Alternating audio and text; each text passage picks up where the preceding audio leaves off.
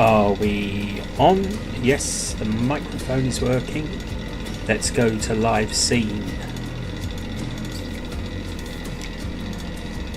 Well, hello there. Let me know if the music is too loud or too quiet. I'm just drinking a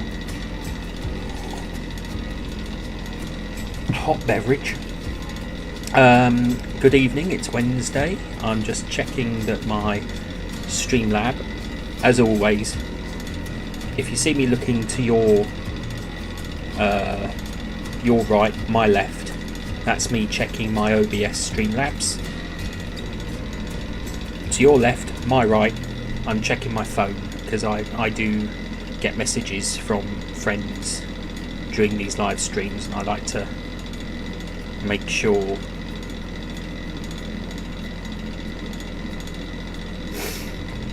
they're all up to date, and I think everyone is. So hello and good evening. It is 10 to 9 GMT here in the UK. It's dark outside. It started getting dark about 4 o'clock, of course, because the clocks went back about 2 weeks ago. And for the first time this week, I've been live streaming every single night. I've done Monday, I've done Tuesday, and obviously tonight, Wednesday. I'm just going to adjust my camera a bit, try and straighten you up a bit. There we go. So yeah, it's I'm trying this out as a trial run, you know, week long of live streaming, and see how it goes. Thursdays I probably won't be live streaming every week because obviously I'm out normally on a Thursday evening, and there probably won't be a live stream tomorrow night because I do need to have a break, but I'm still trying to find the balance, as it were. It might be Mondays, Wednesdays, Fridays, like they used to do Blue Peter here in the UK. So what it might be is Monday and Wednesday just chat, Friday ASMR. That's what I'm looking at doing. But please, if you are new here, please know that you are very welcome to join in the chat. This is a very interactive live stream. For the first time ever, I've shared the link to my live stream on my Facebook, which is quite rare for me, but I wanted to give it a try tonight.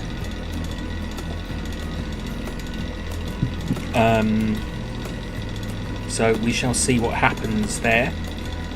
I have thought about doing like Facebook Lives, but I haven't worked out how to do that through OBS yet. So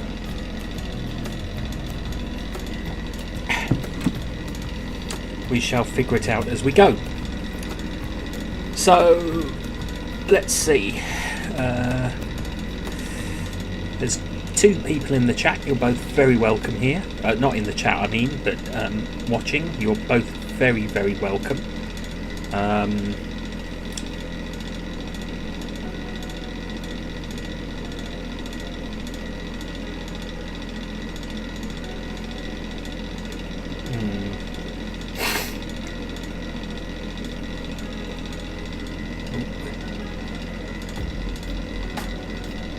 So yeah, obviously I have background music to fill in the dead space, the dead air, or whatever they call it in the industry. But whilst we're waiting for some people to join,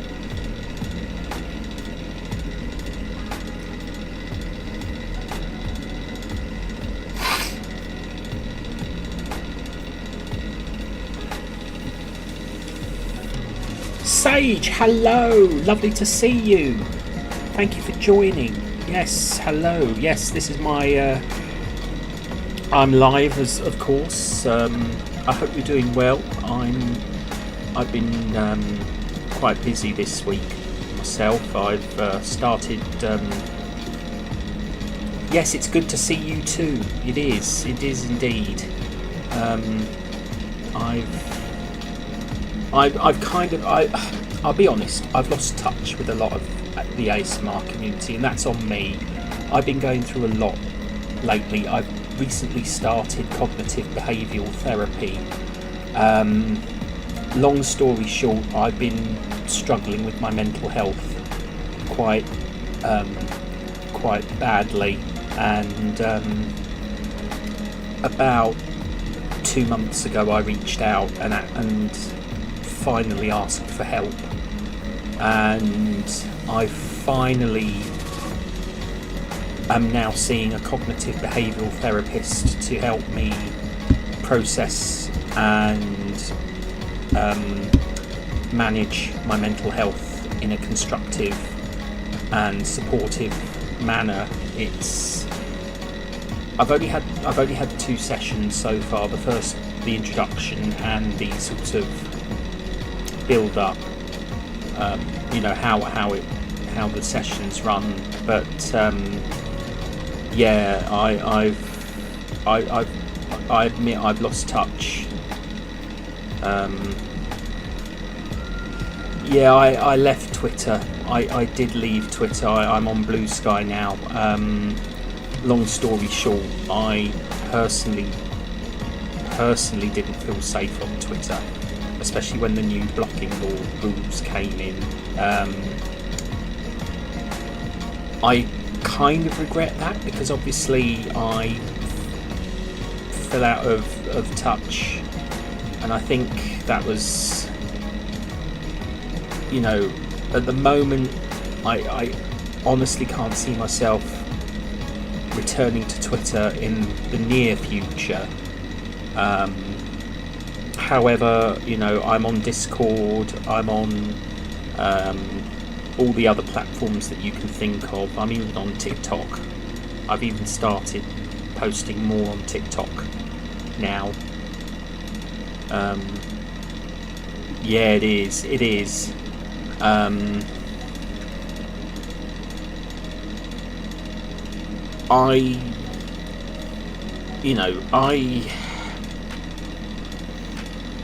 I do miss it. Because it all in all, through the negativity, I may even consider restarting it if people are interested to see what I've been up to, because I have been up to so much, creation wise. I mean, there's a whole Discord server now dedicated to my work. It's growing exponentially, and there's 31 people helping me out at the moment, and it's incredible what we're achieving.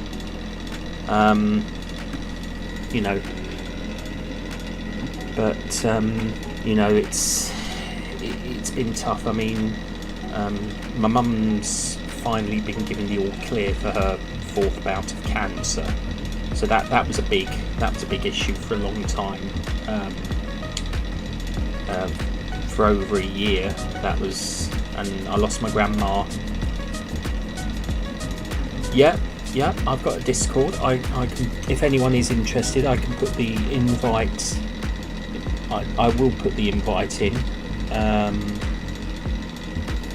If anyone would like to see it.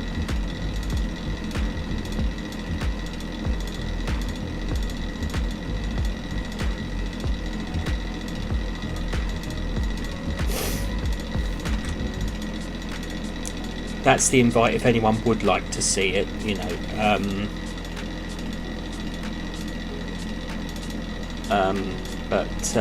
oh no, I've sent the wrong one.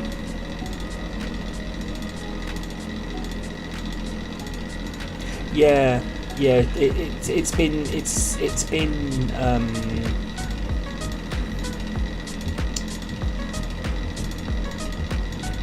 it's not been easy. I mean, we're a very supportive family, and so I'm just trying to, and go, that's the correct one. But I mean, we also lost my grandma back in March.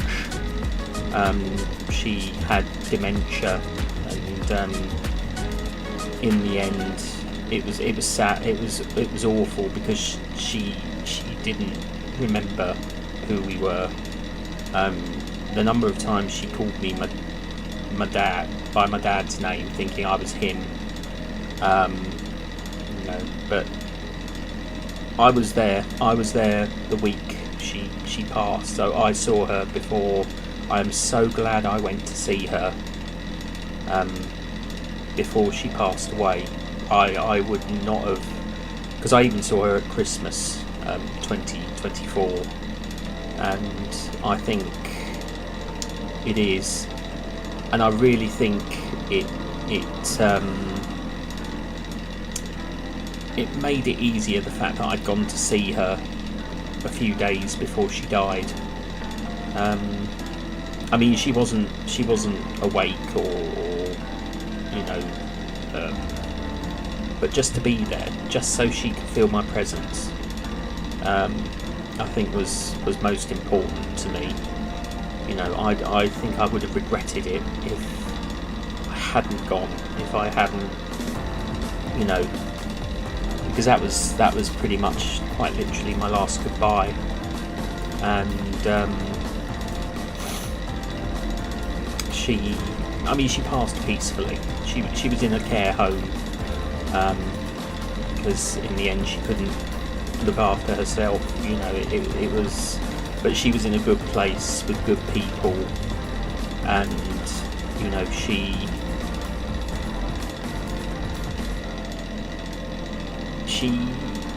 she passed peacefully. There was no sort of but it all happened because of a fall she had at home, and she went into hospital and she never actually went home. So I've been helping my dad and his siblings, along with my sister and my cousins. We've all been helping sort things out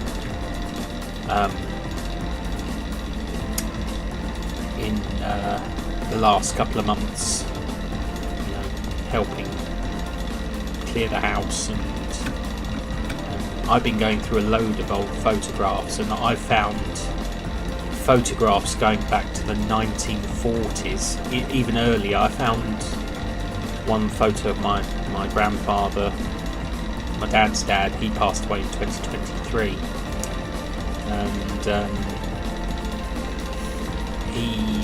it was a photo of him as a boy in the 1930s, I think,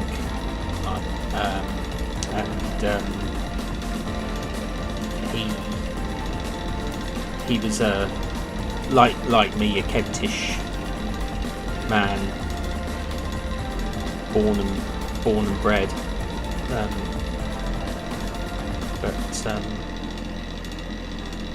yeah, I mean, it was difficult because we've kept all the photos that involve family, and obviously all the historical photos. There were a lot of photos there that were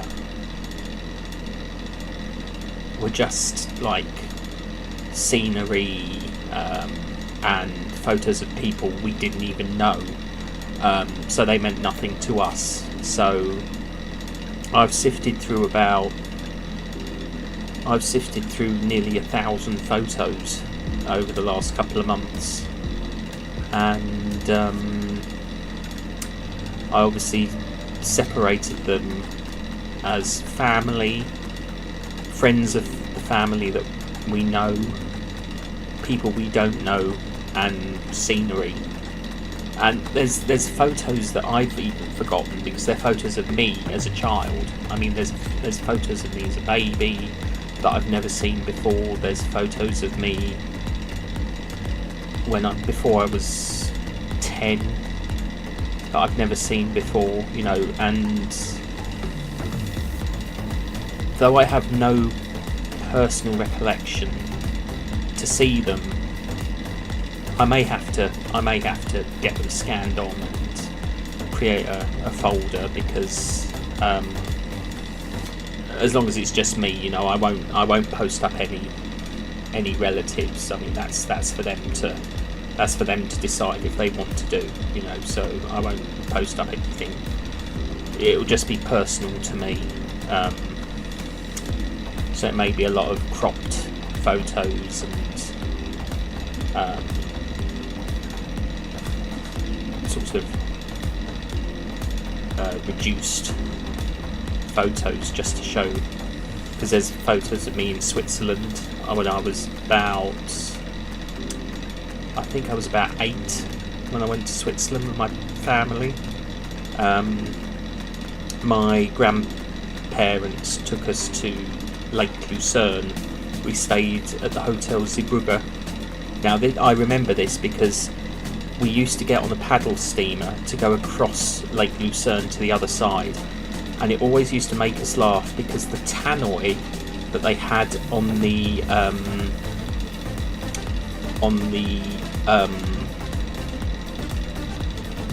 chime of the tannoy on the paddle steamer was the same chime as my grandma and granddad's doorbell. So you can imagine that amused us immensely, because it was the same. And the strange thing is, no matter, they never got rid of that chime. It was the same chime for all the 40 years I knew my grandma. I knew my granddad obviously 39 years. I knew my granddad for about... No, I hadn't turned 39 when he died, so I'd known him for 38 years of my life. And I knew my grandma for 40 years of my life. So obviously I'm 41 now. And, I mean, my mum's parents both died in 2003 and 2006, respectively. So they've been gone for... Well, my nan's been gone for 22 years, and my granddad will have been gone 20 years next year, which, you know, so... But you know, you never forget them. You never forget them. They're always there, even if they're not at the forefront of your mind. They're always there. The memories, and I think that's important. I think that's what's important. The memories, and I think the photos are a snapshot, quite literally a snapshot of those memories. I mean, I found my grandma and granddad's, my dad's parents' wedding photos, and you know, I may, because I've got software that I can clean up photos, I might talk to my dad about getting them cleaned up and sharpened, and I mean, they're in pretty good condition. They are in pretty good condition, but I could probably make them sharper and more looking newer, you know, clean off some of the dust and the specks, which can be done now. I enjoy editing. I enjoy editing art that I create. I do a lot of digital art now, and I have done since I started the project, really, and I built up, you know, I built up quite a toolbox of. So sometimes I've edited my own photos from holiday if there's someone in the photo when I didn't want anyone in the photo when I took it. I mean, there's a number of castle photos I took last year on holiday, and I just photoshopped the people out quite neatly. So, you know, I'm happy to do family photos, clean them up, remove scratches, you know, and to be able to make them look as fresh as they were the day they were taken, I think would be really good, because I think memories like that deserve to be kept as fresh and as clean and as clear as they are in your mind. I honestly believe that, and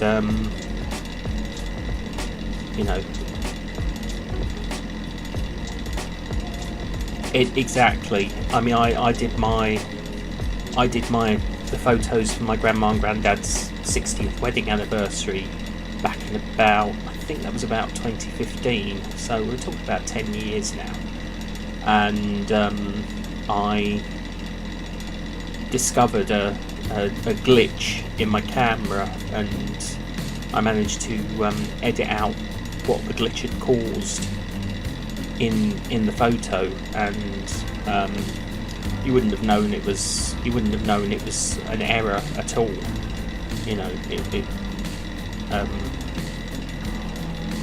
It's so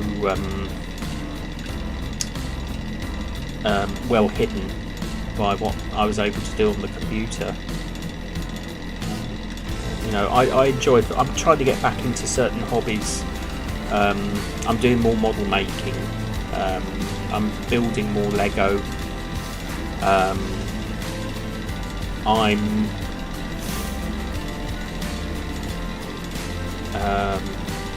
doing what's known as PixArt. I keep calling it PixArt, that's something else. But I haven't got what I finished today here, but I'm trying to get into different things, and photography is something I want to get back into, along with tabletop wargaming, Lego building. I want to do more oil painting. I want to paint in the style of Bob Ross. Then I could probably try and do a Bob Ross style ASMR video.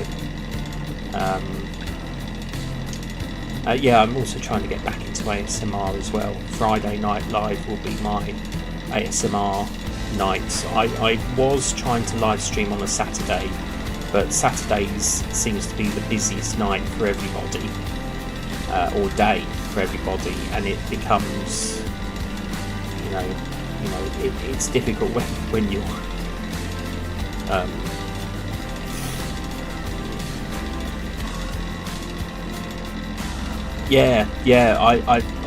I want to build the National Portrait, the National Gallery set. I'd love to get my hands on that one and build the National Gallery in London. I know that one very well. I would love to do. I am thinking of going up to London more as well. At the moment, it's a bit difficult because there's a lot of engineering works on where I live.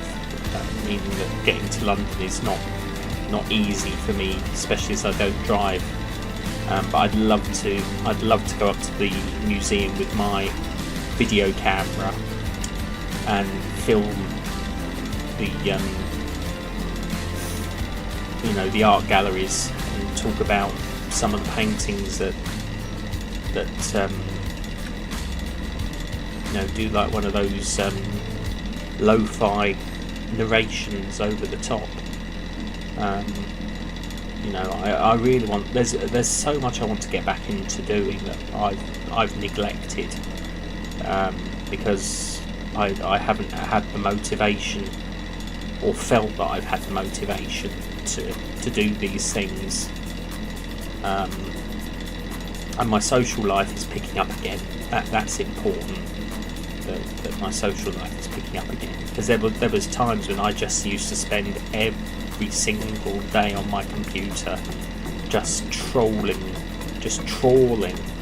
through social media, and I think that was a lot of my problem. And but it's my therapist that's encouraged me to do more live streaming, to reach out. Exactly, one thing at a time. It needs to be, And I'm finding things that I enjoy, and I'm back into writing. I'm going to start editing my novel. Finally, even though it's written, it still needs editing. Some areas of it don't flow so well, so I use an app called the Hemingway app, and basically all it does is it tells you where spelling, grammar, and it's basically a bit like Microsoft Word, but it's much more critical in its sort of rendition of how sentences should flow. And it's not AI. I try and avoid AI. It's set in my fantasy world. It is set in my fantasy world, but it explores a huge amount that has never been explored on YouTube. And introduces a lot of new characters along the way, which is exciting because obviously some big changes are coming in on the channel as well very soon. A friend's helping me out with that, but that won't be until 2026. I've branched out and evolved. I think that's important in this day and age, to explore. I've explored and built up, but I want to get back to my roots. I want to get back to my roots. I started out as an ASM artist, and I want to create ASMR again. At the moment, obviously, I think sometimes I feel like a one-trick pony. That's the phrase I've used a lot recently, because I seem to be hyper-fixated on one thing. And I won't say what that is, because if people know, they know. I don't need to say it here. Whether or not that's because I'm autistic, I don't know. I'm figuring it out with my therapist, and how to channel it healthily, because it's not healthy, and I don't want to give the wrong impression. I'm just, sometimes perhaps sincerity is too much to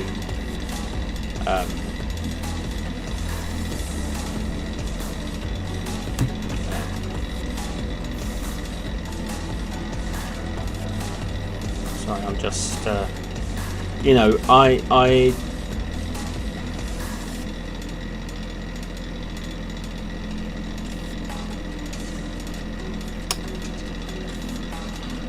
yeah, it's difficult when you become passionate about something. When you become so passionate about something, and your mental health is low. Yeah, exactly. That's exactly what me and my therapist are working upon, figuring things out. She's going to give me some grounding techniques to work on next week. But when your mental health is low, and you kind of become fixated on one thing, it's not healthy. I admit that it's not healthy. It can do more harm than good. It can become something you think you believe in, but then you question it,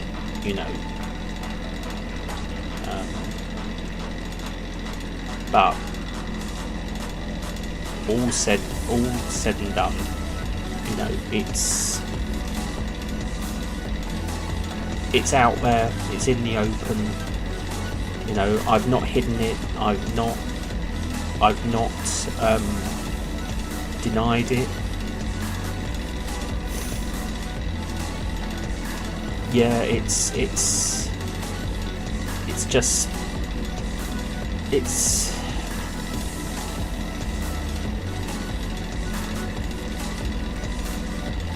and I've been through some real dark patches, you know.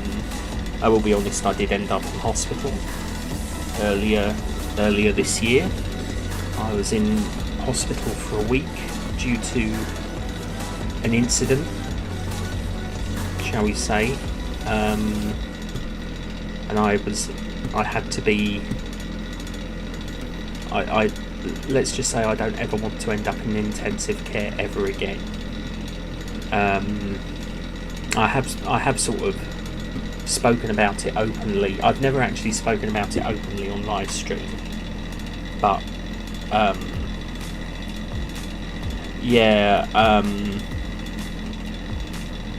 won't go into details, but I kind of spiraled, shall we say, and I ended up in a London hospital for a week, and it was sort of paving the way for what I'm experiencing now. I've been on the waiting list for quite a while for this help, but I also spent some time in a respite home to help me recover and focus, you know, to regain some, you know, confidence, because my confidence took a huge knock back in April, and you know,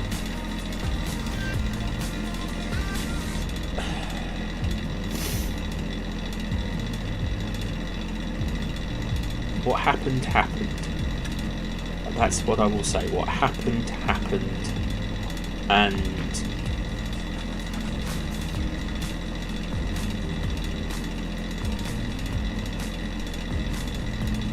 I'll never understand why it happened. I know I spiraled. I know I was feeling a lot of different emotions.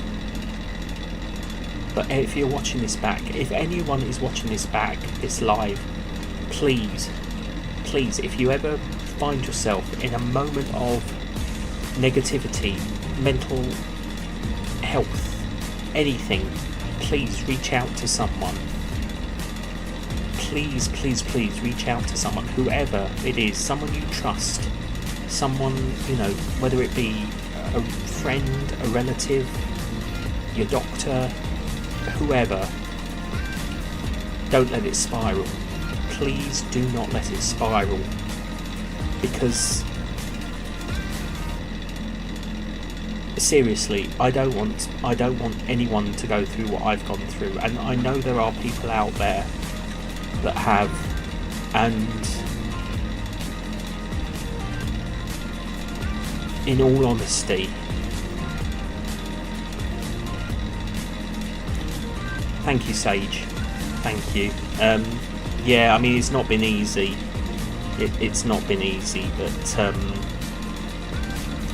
you know, as I say, please reach out to someone.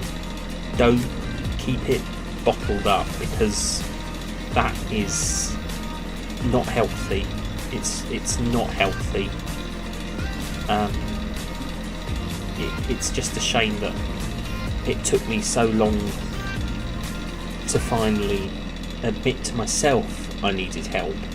For so long I just masked and went, oh, I'm okay, I'm fine, you know, and I just pretended for so long. So please, if you're watching this back, please reach out to someone and tell them that you need to talk, you need to be heard, because it's important. You're important. You know, don't ever think that you're not, because I did that, and it caused so much pain.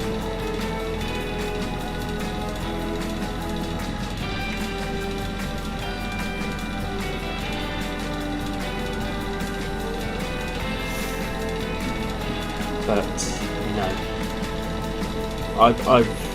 I've learned to focus on other things, on the good things that have come from it. I'm rediscovering myself. I'm walking the path that is right for me. My life choices, my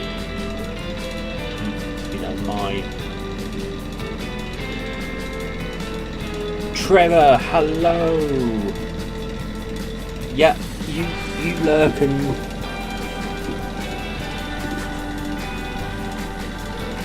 yep, lurk and work, my friend. Lurk and work. I haven't got a beer glass with me to hold up, so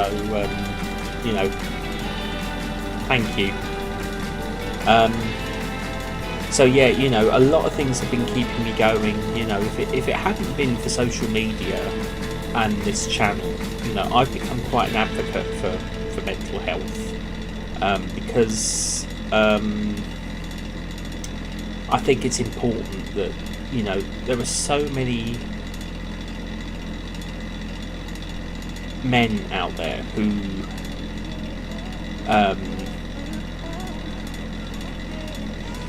out of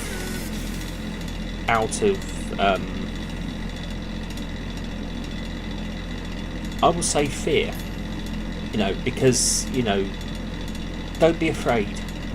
Don't be afraid to talk about it, because it is perfectly natural.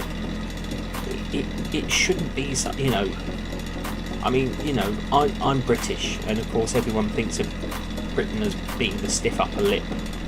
Stiff upper lip, just sit there and it'll go of its own accord. It doesn't, put on a brave face. You don't have to. It doesn't take a moment to say to someone, can we just have a chat? It's... And 9 times out of 10, you'll find that the person you speak to will be more supportive than you imagine. And I think it's important that everyone, no matter who you are, your mental health is as important as your physical health. Because it can affect your physical health. I'm finally getting to grips with this isn't. It's wrapped now in a compression plaster, but I've been experiencing a rather bad leg ulcer, and for the first time in months, this is the first week I've gone where I've not taken a single painkiller. It's been an absolute game changer getting this compression plaster put on, and I'm walking better as well, so I'm taking that as a very good sign,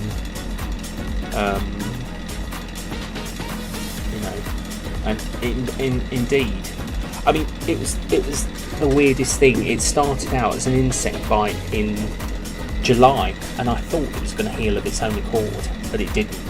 And of course, my mental health being low,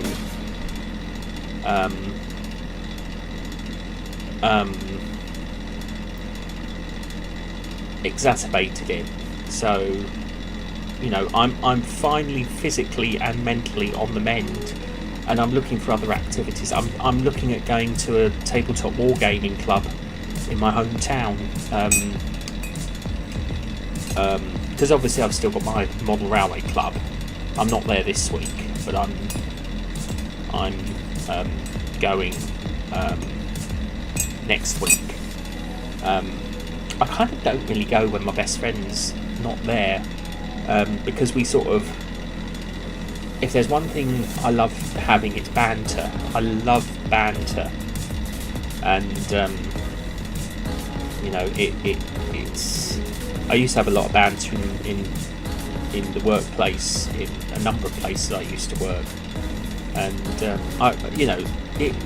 it was all in good fun, and it was all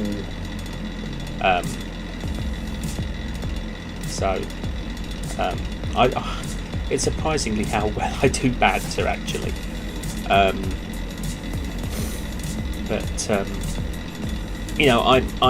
everything's picking up, and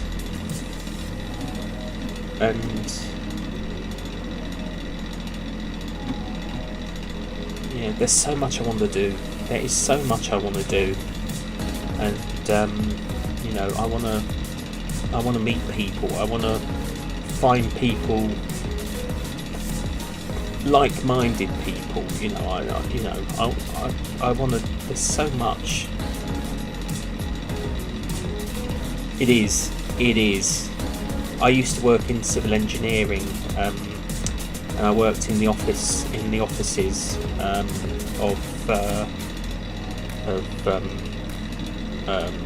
I worked for several civil engineering firms in the UK, locally to me, and I've worked in the water industry.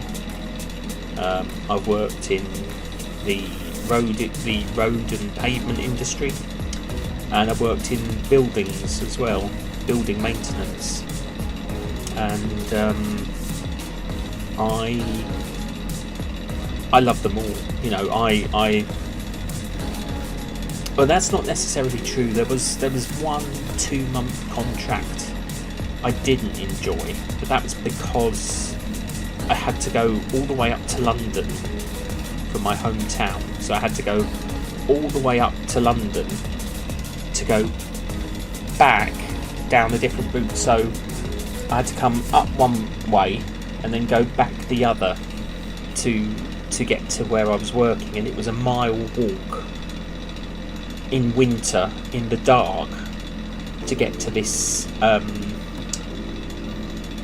office, and it was in the middle of an industrial estate. There was nothing around, and I was so glad when that contract came to an end. But here's the thing: in all the jobs I've ever done, I have never been sacked. I take pride in that I've never been sacked. I have always either been made redundant, or the temporary contract has come to its natural conclusion and they've not been able to extend it. There's never been anything that works, that's gone against me. I mean, the longest job I ever held down was 10 years in motor insurance, and I'll be honest, insurance in general is not an industry I want to return to. I work with some amazing people, some really, really amazing people in that industry. But as a job, it's not an industry I want to work in. Again, but I'm now at that age in my life where I can be a bit more possibly choosy about what I do. I mean, I'm not working at the moment, but I volunteer for the National Trust. I work for I don't work, I volunteer at a place called Knoll, and I can bring it up on screen. I'll show you where I volunteer.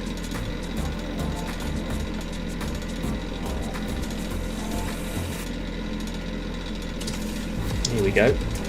So let me just get the. So I'm what's known as a room guide. I'm just looking at my other screen. So this is where I volunteer for the National Trust. So that's Knoll. It's a former Archbishop's Palace built by Archbishop Thomas Bourchier in 1456. Henry VIII took it over and became and it came into the ownership of the Crown until Elizabeth I, and then it was taken over and then it was purchased by the Sackville family, Thomas Sackville, 1st Earl of Dorset. Yeah, I work in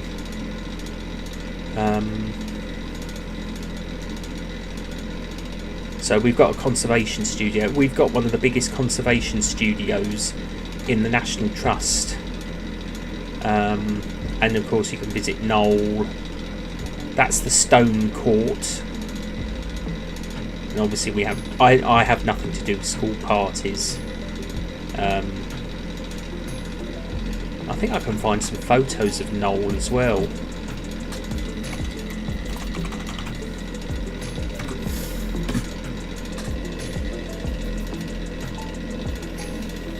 If I go to DuckDuckGo. So here's some better images of Knoll. Oh, that's the Great Hall at Knoll with the great screen. That's one of my favourite rooms to steward in, especially in the winter because we have the fire lit. So I'll bring that up. Where else have we got? So that's the Great Hall at Knoll with the great screen. And this screen dates back to 1605 when Thomas Sackville, the 1st Earl of Dorset, took ownership of the house. At the bottom here we have the ram, the Buckhurst ram, because the Sackville family originally came from a village called Buckhurst in West Sussex here in the UK.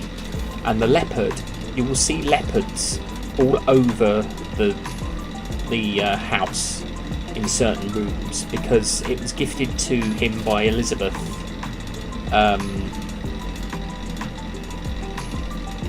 Yeah, I love. You know, I have to admit, I'm pretty lucky, even being able to volunteer for the National Trust.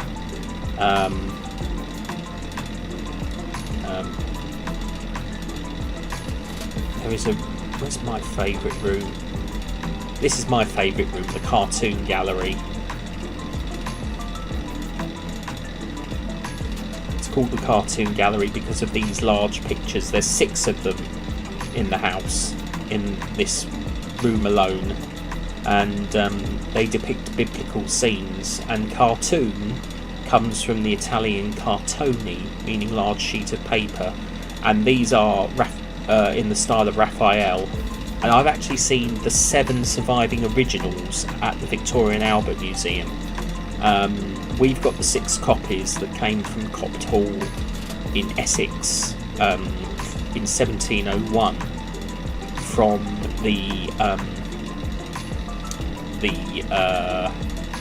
oh, that was my live stream playlist. That's where I get all my music. Well, that's the Great Stairs. You know, if you ever come to England, or if anyone's watching this back and you ever come to England, you know, give me a shout, because if I'm on duty at Knoll, I can, or if I'm not on duty at Knoll, let me, you know, still give me a shout, and I will, you know, happily meet up with you and take you through. And of course, if there's things I'm not sure of, I know many of the other volunteers will always be able to be on hand to answer questions. You know, that's the amazing thing. We've got such a, you know, we've got a really great rapport in the volunteer section of Knoll. You know, we learn from each other, and we built up. You know, there's things I don't know, but other volunteers do, and they've stepped in to help me answer some questions. And it's never out of spite or anything like that. It's because what one person doesn't know, another might. So, and if, you know, and they don't jump in to to correct you, but they will be able to embellish what is said. Because in one room, the ballroom, there's a hidden doorway where, because it was the birthplace of Vita Sackville West. If you're familiar with Virginia Woolf, Vita Sackville West was one of her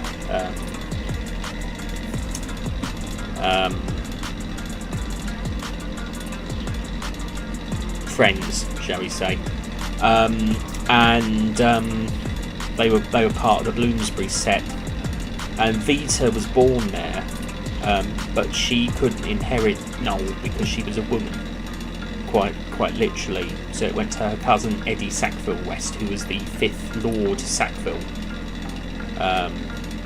He was there from 1924 to 1940. He's the only Sackville not buried in the family vault in Withyham, because he is buried in Ireland because he converted to Catholicism. He moved to Ireland in 1965. No, he died in 1965. And before that he converted to Catholicism, so he's buried in Ireland where he died, rather than the family vault. And he's the only Sackville descendant not to be buried in the family vault. But his rooms are in the front tower of the house, where survives his bedroom and his music room. He was very, very prolific on music. He wants to be a musician, but poor health prevented him from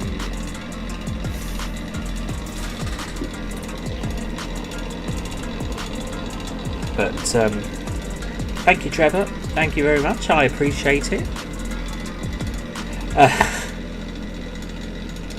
But you know, I love history. I soak history up like a sponge. And I think I can find a picture of Eddie Sackville West, actually.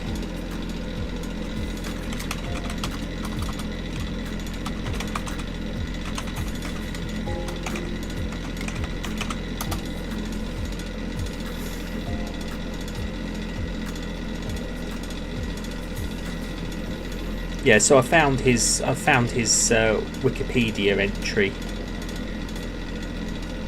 So this is Eddie Sackville West. If it loads up. Yeah, so this is Eddie. He was the one that inherited Noel instead of Vita, and she was older than him, but as a child she resented him because he would inherit. However, as they got older, they became firm friends, and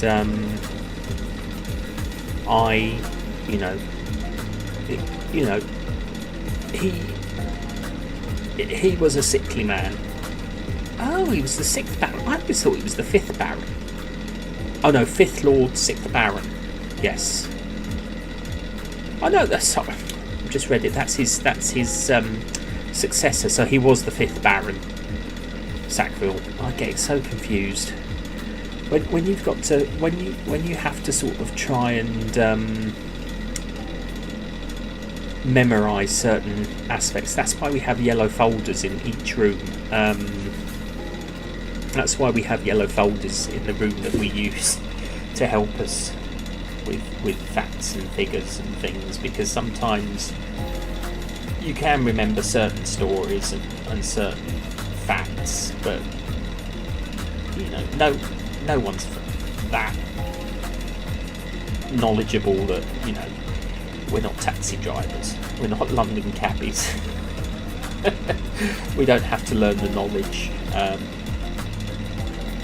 but to know a few of the basics is enough to help with the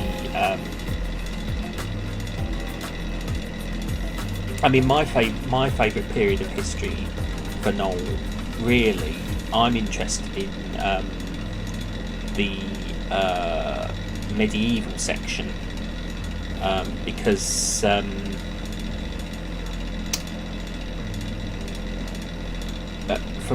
obviously from sort of, because apparently Noel goes right back to Doomsday, 10.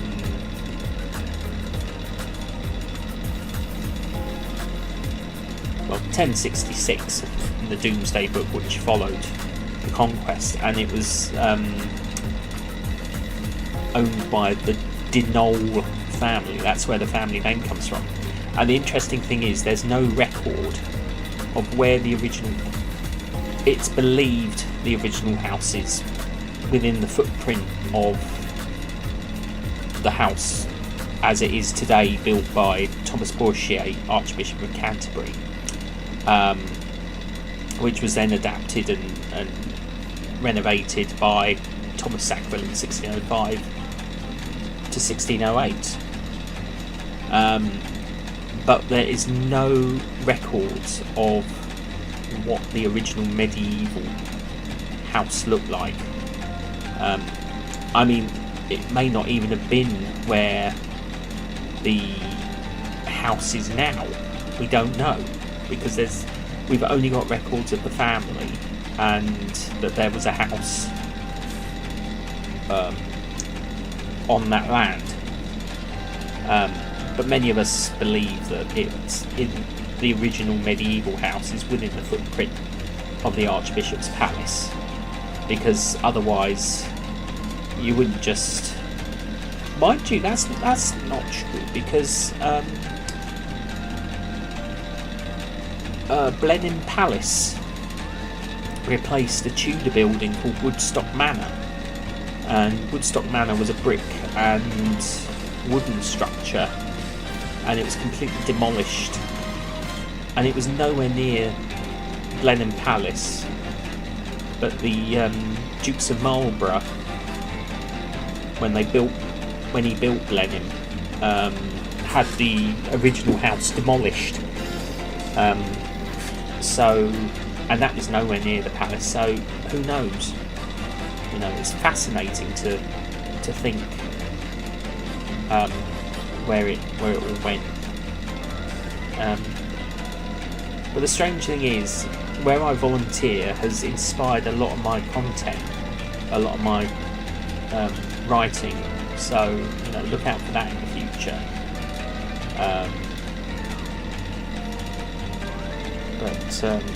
You know, and sorry, I'm gonna have to just stretch. My back's playing up a bit at the moment. Oh dear.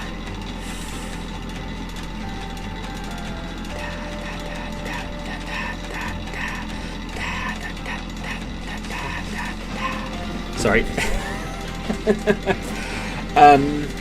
Where was I? Oh yes. You know, and I mean, I love history. I mean, I watch archaeology programs on YouTube. A lot of archaeology programs on YouTube. I always wanted to be an archaeologist when I grew up, but I was always told I wasn't academic enough by my school, and you know, I kind of regret listening to them.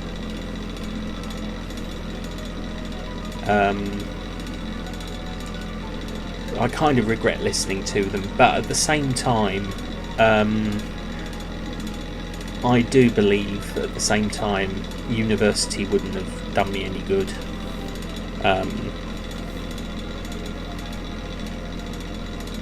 Because I don't think I'd be where I am today. I mean, I know that sounds like a bit of a strange thing to say, but I don't think university's for everybody. You know, sometimes the best teacher in life is experience. You know, just, you know, I know more about Noel, for example, being a volunteer, than I probably ever could studying it as a student of certain people that I can look at. For example, Anne Clifford. She was the wife of one of the Earls of. I think she was wife to. No, I'm not going to say, because I know I'm going to get it wrong. But she was married to one of the Sackvilles, and she wrote a rather detailed diary of her time at Knoll, and she was quite a character. So I'm possibly looking at getting a copy of her book. It was in the 17th century when she was there, so that's going to be,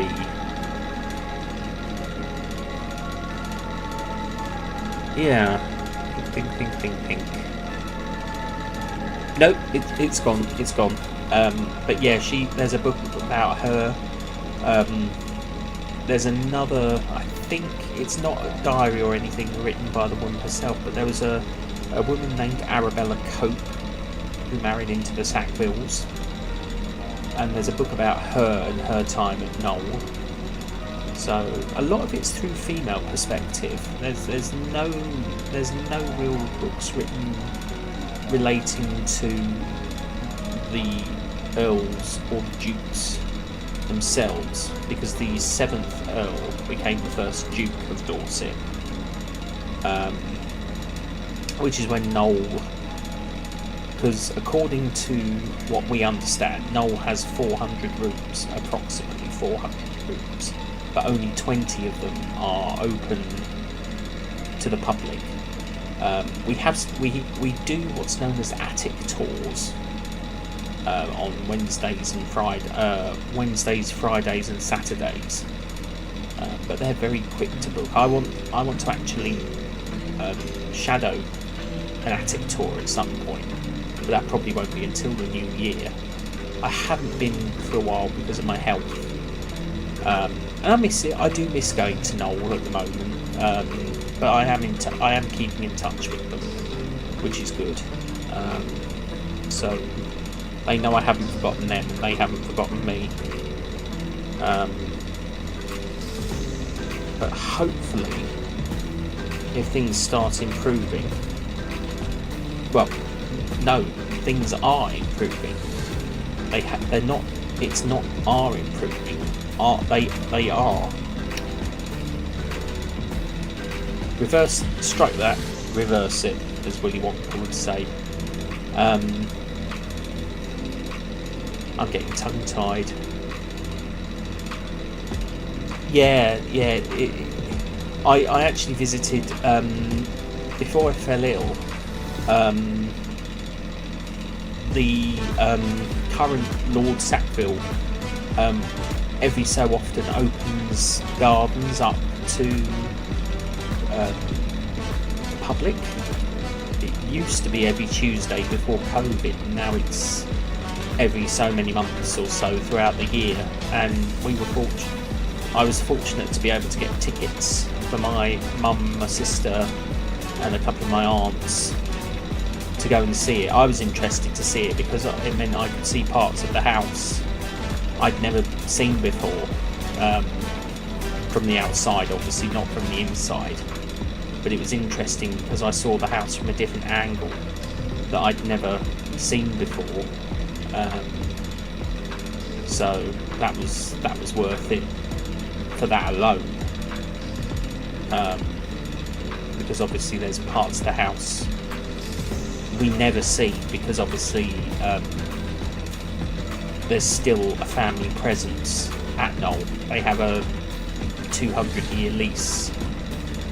The National Trust took over Knoll in 1946, and the Sackville family have a lease on it from the National Trust till 2146. So, they've still got another good 120 years remaining, which I think is good, because I think it's important that connection remains. I think it's good that the family connection is still there. I've never had the privilege to meet the current Lord Sackville. Sometimes it is said he does sometimes visit the house obviously because it's his house, he doesn't have to pay entry. Well, that's the humour, shall we say. But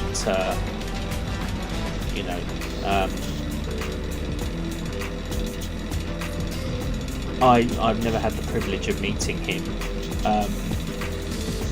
but I've seen him on TV. A few months back, Noel was featured in a restoration programme because we found some family trees of the Sackville family, and they were restored, but they may never get seen again because they're so fragile. But they were incredible. They were absolutely incredible to see them in person, because I saw them being restored on the TV, but then we had them in the Great Hall on display for a few weeks, and they were gorgeous, absolutely gorgeous. The craftsmanship of them were exquisite, and the colours, considering they were 300-400 years old, they were exquisite, absolutely exquisite.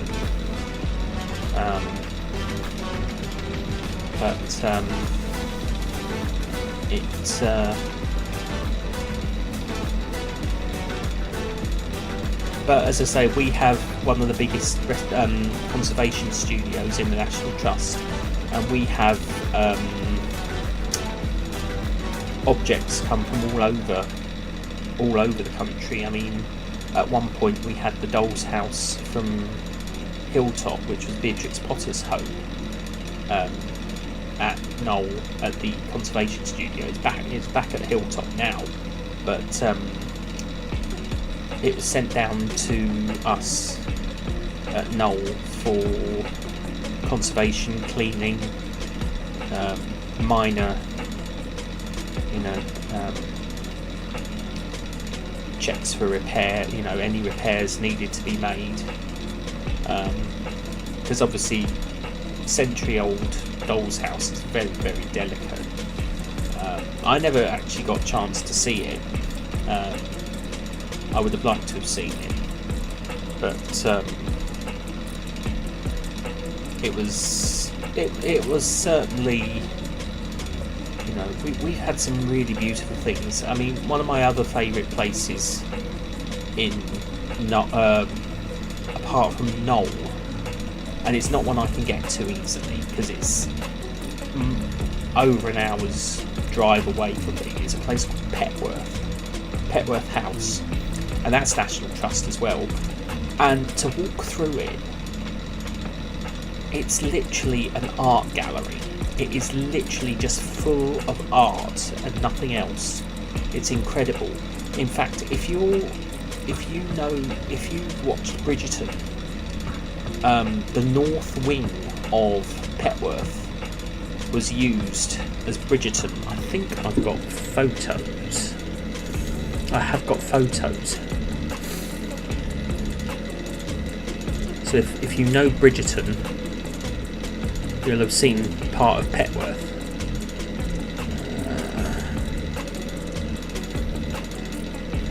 Days Out.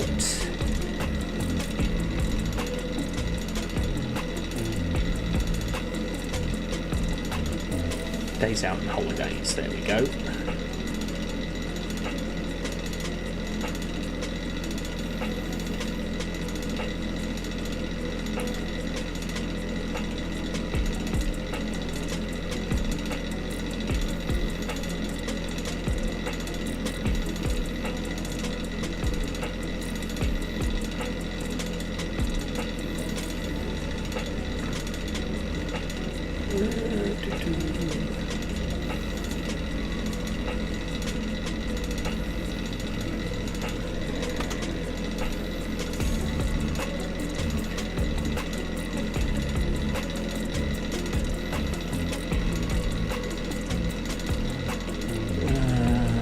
Bear with me.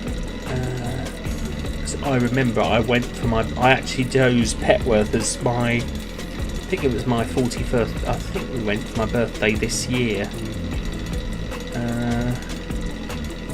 Petworth House, here we go. So this is Petworth, and there's multiples and multiples.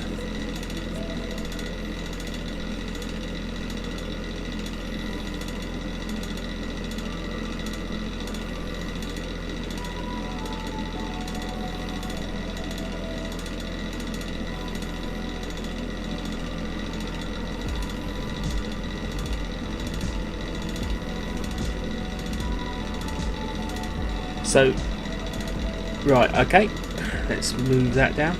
So yeah, this is Petworth, and this is just one room in Petworth, and it's pretty much like this in the entire room. So everywhere you look, there's artwork.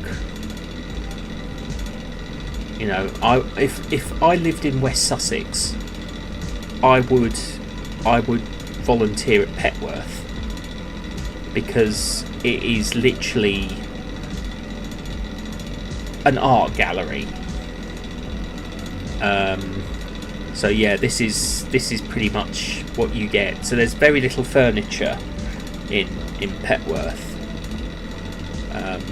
It is literally all art and sculpture. It is literally all art and sculpture.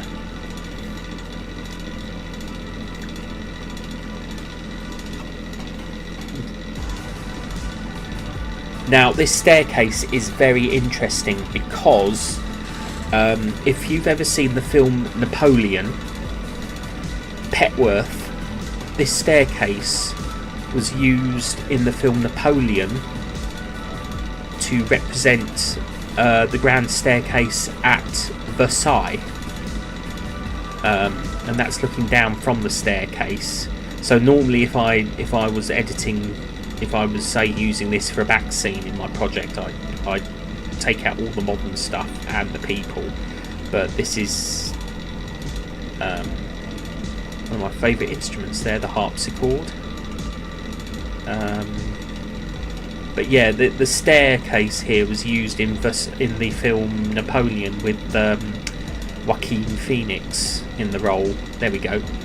So that's the staircase, and I've never seen the film Napoleon, I have to say, because I don't have Apple TV, and I never got around to seeing it in the cinema, which is a big regret, because I love anything to do with the Napoleonic era, Napoleonic Wars. And then there's more of the statues.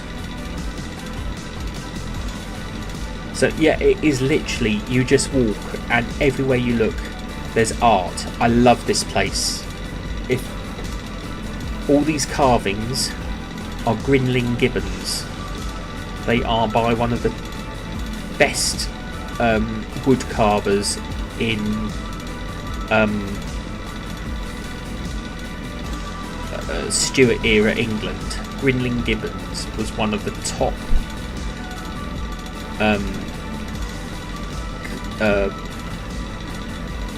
wood carvers of his day. I mean, I think there's some close-up pieces. I think I've got some close-up pieces.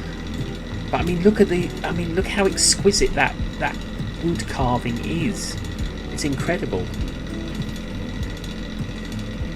Yeah, my mum. Funny aside there, my mum thinks I should play Henry VIII at Knoll if they ever do a Tudor period event. I've said I'll have to see about that. Now this is the Red Room. That is a JMW Turner. So they've got some Turners in here. That's a Turner as well. That's Grinling Gibbons, the man who did the carvings. Yeah, there it is. Yeah, Grinling Gibbons. And this is how exquisite his carving, his work is. I mean, look. I mean, the detail on that rose and on the urn as well. I mean, it's incredible. It's stood the test of time. It really has. and the fruit as well, the hanging fruit, and it's exquisite.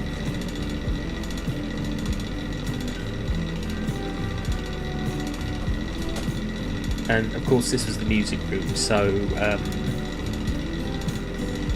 obviously musical instruments, but the real room I want to show, this is it. This is the north wing, which is where people would probably recognise Bridgerton. So, or maybe it's not. No, that's the... here we are. This is the north wing, which was used in scenes in Bridgerton. So it has a lot of sculpture, a lot of paintings.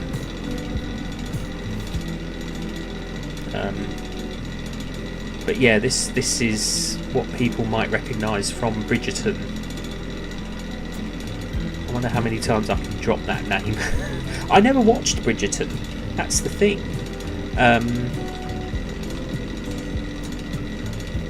Yeah, no. Thank you for joining, Sage. That, you know, I really appreciate it. Thank you so much. You definitely carry on and take care. Thank you for being here. But you know, I just love this place. I mean, I literally spent all day in this house. If I could go around more than once, I would. And as I say, if I lived close to it, this would have been where I volunteered instead of Noel. That globe is incredible as well. It's so...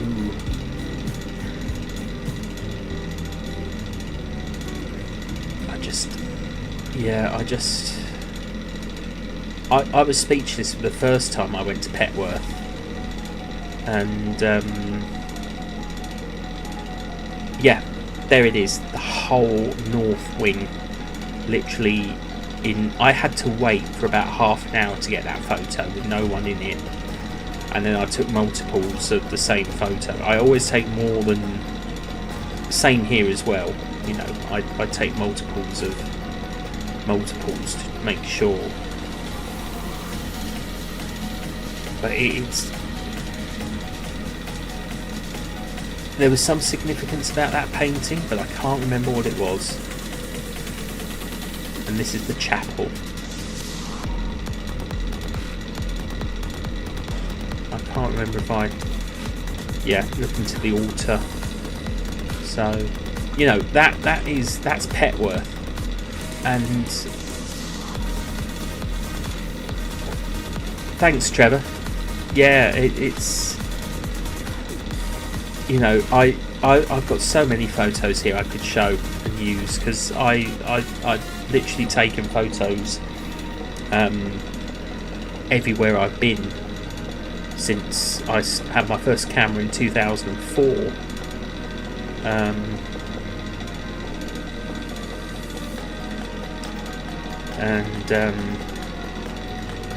Because I've got some really, really good photos once, and I've never been able to...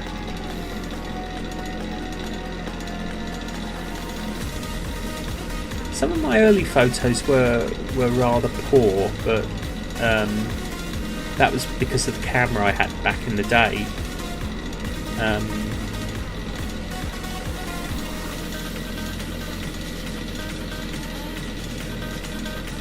But maybe one day I'll make a video of all my photos and share them online, you know, on YouTube. Just make a video montage and share them, you know. If you're watching this back, drop a comment below and let me know if you'd like to see a photo montage, because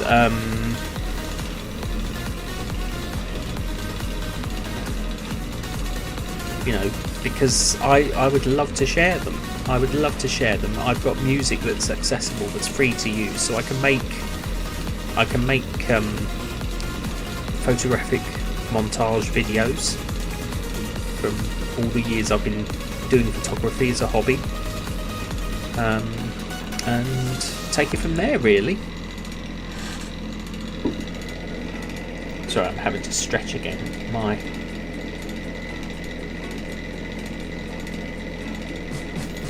Well, I could do 2 videos. I could do one with and one without, so people have the option. So I'm quite happy to talk about the photos and some of the stories behind the photos. Yeah, that I will happily do that. I'll sift through some of my best photos and all that, and see what we get. I mean, I'm hoping to take, because the camera I'm using right now, this one, the one that I'm just putting my finger, this one here. Oh, go on. Boop. I couldn't resist that.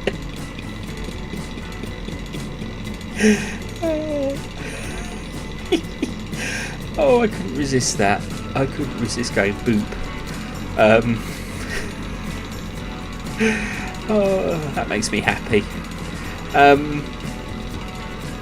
Yeah, so I'm thinking of actually taking my video camera to places in future, and actually National Trust properties don't allow you to film,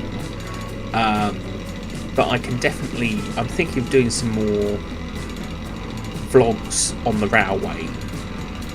I'm definitely thinking of, when I do heritage railways, doing more vlogs relating to that, so you'll probably hear a lot more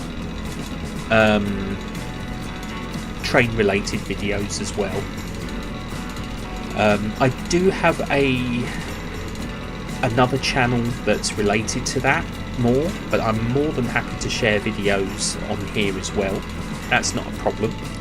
I want to do more, you know, there's so much more I want to do with this channel. It's not just going to be Lord of War and Heartache. It's not just going to be Tales of the Caravan. It's going to be so much more, because I think it needs to evolve. I think it needs to grow, evolve. It needs fresh material. It needs fresh insight. You know, and there's so much exciting stuff that's coming up, you know, that I'm not going to talk about here because I don't want to spoil it. There's whole new prospects on the horizon for 2026, and I'm so excited because I'm not going to be doing it alone. You know, I am not going to be doing it alone. But it's very exciting. It's very, it'll be fresh, unique, original, and it will tie everything together. It will tie everything together, story related. Let's just say that. But for now, I want to keep you champing at the bit. I want to whet your appetite. I don't want to spoil your, you know, I don't want to spoil it, because I think if I did now,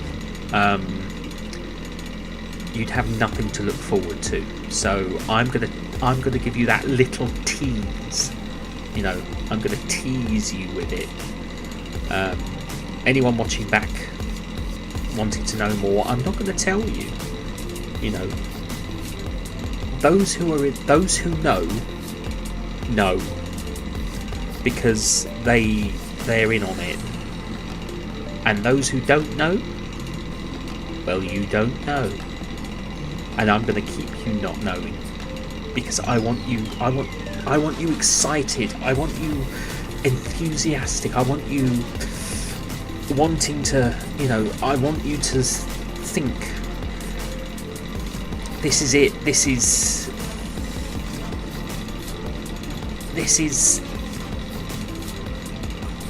you know, I want you saying, tell us what it is. No, I'm not going to. You could beg me.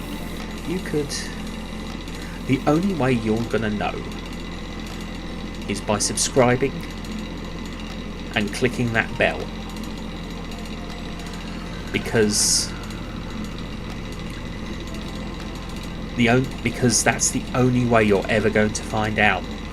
Subscribe and click that bell, because only then will you see?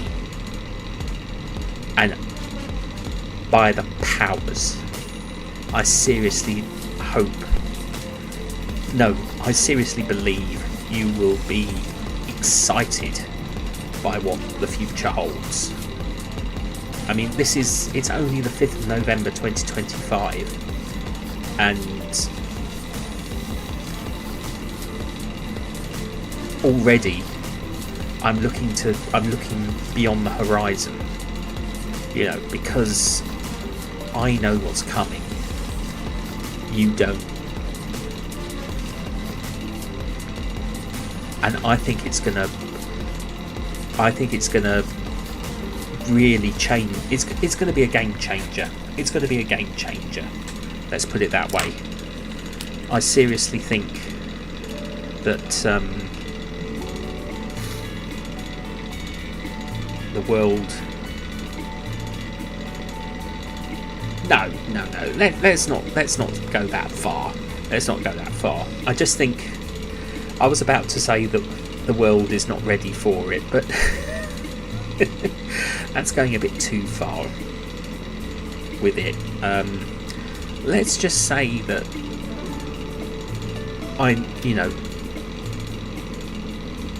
by giving this little tease, you're going to want more. You are seriously going to want more.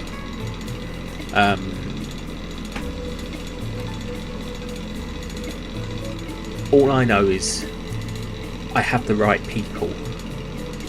I have the right people on board. The right person giving me all that encouragement, and to you know who you are. I'm so grateful to you. You are amazing.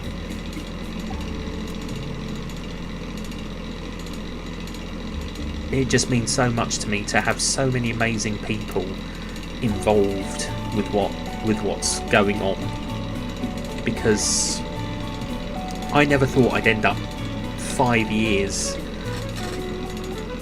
well, over 5 years, because I started my channel in June 2020 and it's now it'll be nearly 5.5 years next month. It will be 5.5 years next month. I never thought I'd even get this far. I never even thought I'd end up with 861 subscribers. Seriously. And it means so much to me that you're all here.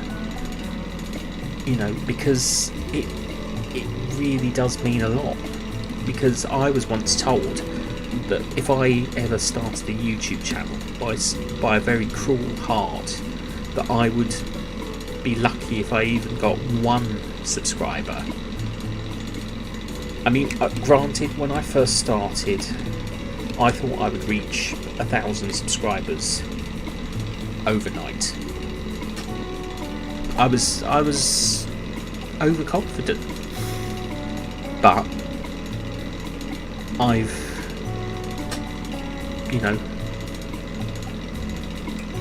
built myself up. I've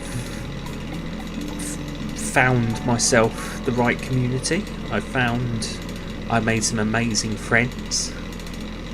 I made a lot of amazing friends.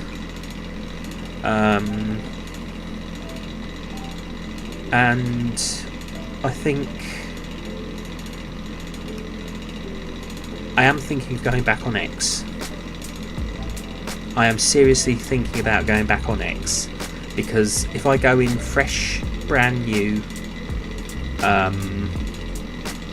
I can dictate what I want to do, and go under a new. I might do that actually. I'm on Tumblr, I'm on Instagram, I'm on TikTok, I'm on Discord, I'm on Facebook, I'm on Tumblr, and of course I'm on YouTube. And I do need to reconnect.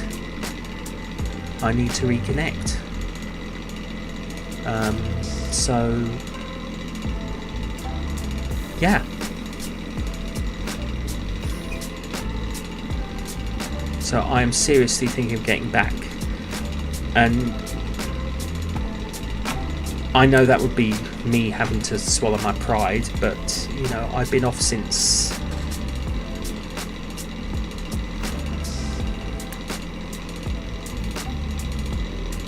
I'm going to excel. I am going to excel it. That's how I feel. And I seriously think I can, by starting fresh on X, I can go in and reconnect with the ASMR community. I can reconnect with the writing community. I can reconnect, you know, because I've been on Blue Sky since 2023, October 2023, and it's been over 2 years now since I've been off X, and I think it's about time I reconnected. It would mean starting again, but I could go in with my new ASMR name. I'm thinking of revitalising myself as Maximus ASMR, combining storytelling and ASMR content, you know, finding the balance, doing these vlogs, doing these live streams, and I'm excited. I'm really excited for the future, seriously. It's gonna be I'm gonna take it to the Maximus.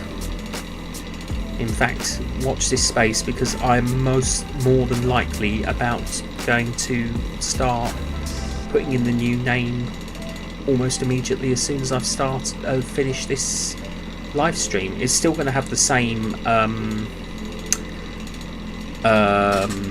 it's still going to have the same handle, so it will still be Ondarian Citizen, but the channel will be called Maximus ASMR. And it will combine some ASMR, some non-ASMR, some storytelling, because I think, I agree, untapped potential. I believe there is untapped potential, and I am going to revitalise it. So watch this space. Anyway, it's coming up for 10:25. I've got to be up early in the morning, so I'm going to call it a day.